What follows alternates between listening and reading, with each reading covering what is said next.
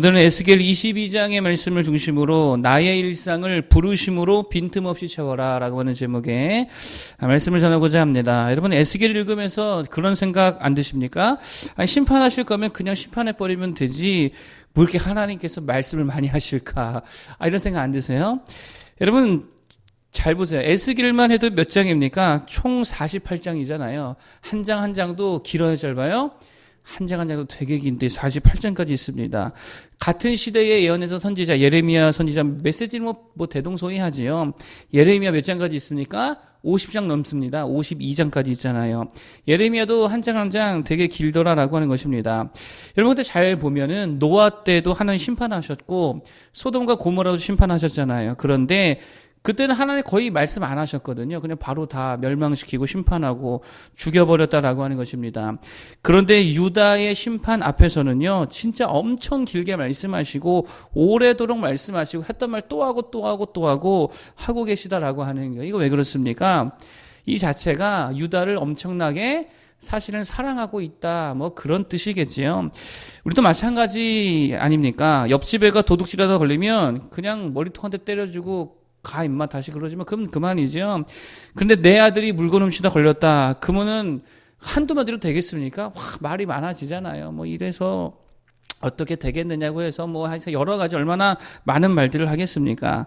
그 왜 그렇습니까? 아이를 사랑하기 때문에 내 아들이니까 사랑하기 때문에 말이 많아지더라라고 하는 것입니다.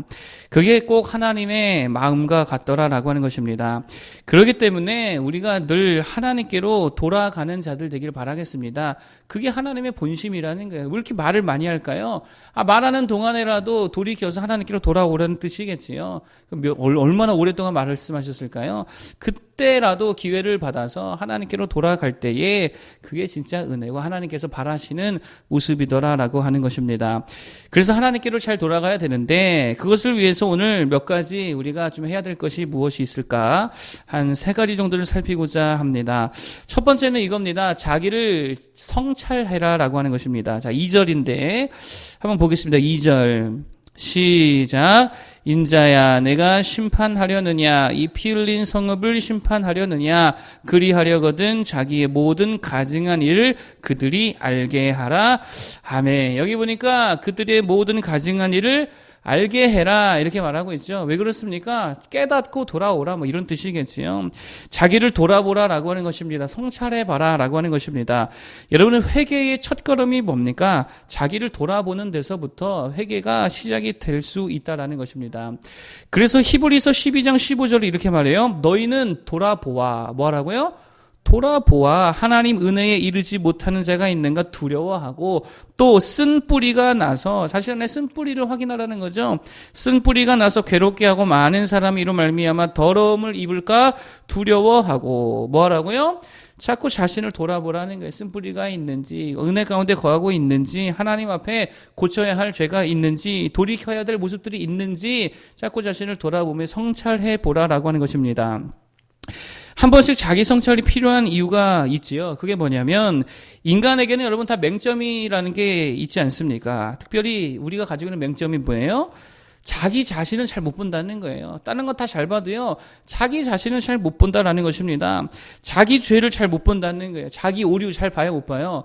남의 오류를 기가 막히게 보면서 자기 오류는 잘 못 보죠. 자기 고집 잘 모르죠. 자기의 표정 잘 모르죠. 자기의 독한 거 이거 모르잖아요. 얼마나 짜증을 많이 내고 얼마나 불평을 많이 하고 얼마나 원망을 많이 하고 또 얼마나 폭력적이고 얼마나 악한지 추한지 자기는 잘 모른다라고 하는 것입니다. 그래서 의도적으로 자신을 살피는 그런 자아 성찰의 과정이 필요하더라라고 하는 거예요. 여러분 오늘 유다의 문제가 뭡니까? 이 자기 성찰이 없었다는 거예요. 돌아보지를 않더라라고 하는 것입니다. 그래서 남들이 보면 되게 더러운 죄들을 아무 생각 없이 막 범하고 있다는 거예요. 자기는 모르고 있다는 거예요. 그게 6절에서 8절이라고 볼 수 있는데 한번 보겠습니다. 6절부터 8절까지 한번 쭉 보겠습니다. 시작.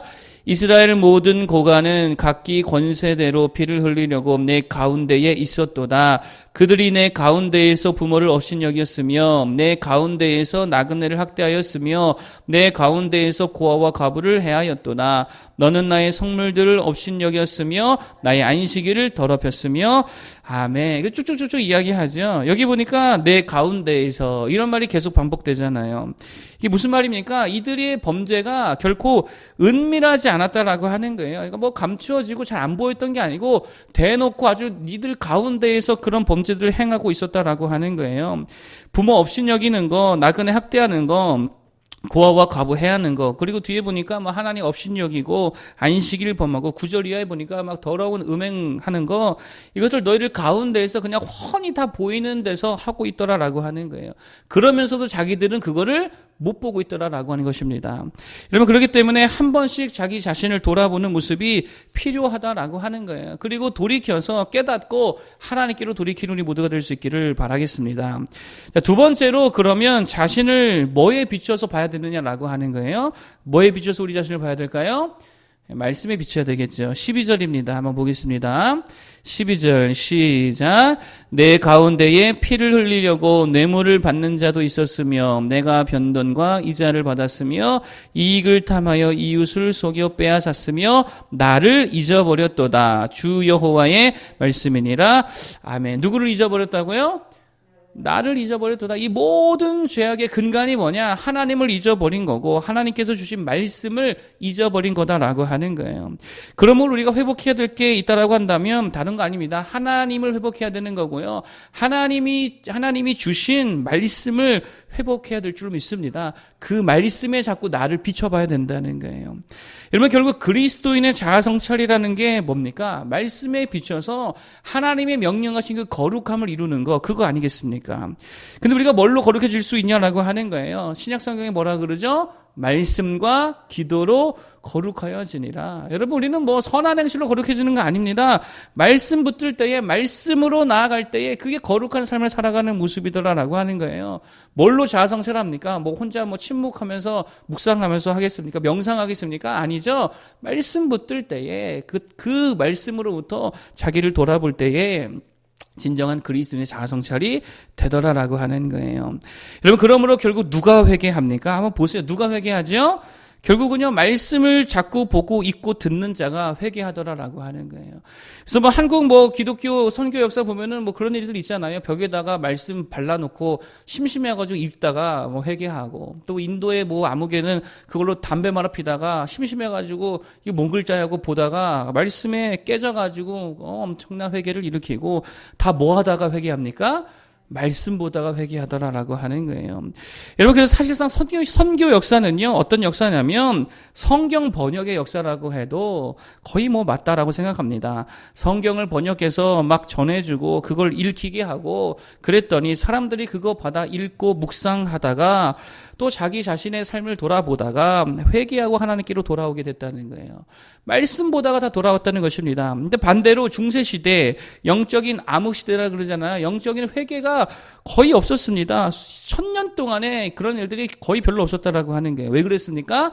성경을 못 읽겠다고요. 평신도들 성경 읽으면 잡아다가 막 가두고 처형하고, 아니 어떻게 성경을 못 읽게 합니까? 그러니 1000년의 중세 역사 가운데에서도 기독교가 권력을 잡은 1000년 동안에 아무 역사가 일어나지 않더라라고 하는 거예요. 여러분, 지금도 마찬가지죠. 이런 말해서 죄송하지만 천주교인들 진짜 죽어라고 성경 안 읽습니다. 진짜 성경 안 읽습니다. 그러니 무슨 경건의 능력이 나타나겠느냐라고 하는 거예요. 무슨 거룩함이 있겠냐라고 하는 거예요. 우리들도 마찬가지죠. 자꾸 말씀으로 자신을 살피지 않으면 유다 백성의 모습들과 같이 될 수밖에 없더라라고 하는 것입니다. 뭐 잠언에 그런 말씀 있잖아요. 묵시가 없으면 백성이 방자히 행한다. 말씀 붙들어야 된다라는 것입니다. 10대 한 소년이 어느 주일날 우연히 교회당에 들어가게 되었습니다. 그날이 눈이 참 많이 왔대요. 그래가지고 뭐 몇 명 모이지도 않고 한 10명 정도 모여서 예배를 드리고 있고, 뭐 그나라는 그랬나 봐요. 눈 많이 와서 목사님도 안 오고 평신도 집사님이 설교를 했다라고 하는 거예요. 설교 중에 나를 돌아보라 이렇게 말씀하시면서 그 소년을 보고서는 그 집사님이 이렇게 말했다고 합니다. 어이 거기 젊은이 예수를 바라보시기 바랍니다. 그가 당신을 구원하실 것입니다. 자, 그런데 이 말씀이 이 소년의 가슴팍에 그냥 새겨버렸다는 게, 누구를 바라보라고요? 예수를 바라보라라고 하는 이 한 말씀, 그가 나를 구원하겠다라고 하는 이 한 말씀이 그냥 심장에 박혀버렸다는 게, 그래서 그때부터 말씀에 몰두하고 성경 공부 엄청 열심히 하고 쫓아다니면서 성경 배우고, 그가요 19세가 되었을 때 그 대영 제국의 제1의 설교가로 등장하게 되어집니다. 그가 바로 찰스 스펄전입니다. 여러분, 뭐가 그를 변화시킨 겁니까? 그 말씀 한마디가, 하나님의 말씀 한마디가 그를 변화시켰다라고 하는 거예요. 말씀 많이 읽기 바라겠습니다. 많이 듣기 바라겠습니다. 뭐 어떤 분은 그래요. 자기 교회 설교만 들어야지 왜 남의 교회 설교 듣냐고. 저는 그렇게 생각하지는 않습니다. 많이 들으시기 바랍니다. 비교만 하지 마시고 많이 들으셔서 은혜 많이 받고 도전 받으시고 말씀으로 충만하게 되어야 될 줄로 믿습니다. 그래서 말씀을 통해 내 더러운 죄도 보고 회개하고 늘 하나님 앞에 말씀 충만하고 성령 충만하여서 그 은혜로 살아가는 모두 되기를 바라겠습니다. 마지막 세 번째로 우리에게 꼭 필요한 게 뭐냐면 자신의 소명을 돌아보라라고 하는 것입니다. 부르심을 점검하라는 것이겠지요. 자, 25절부터 26절인데 한번 읽어보겠습니다. 25절, 26절 한번 읽어주세요. 자, 시작.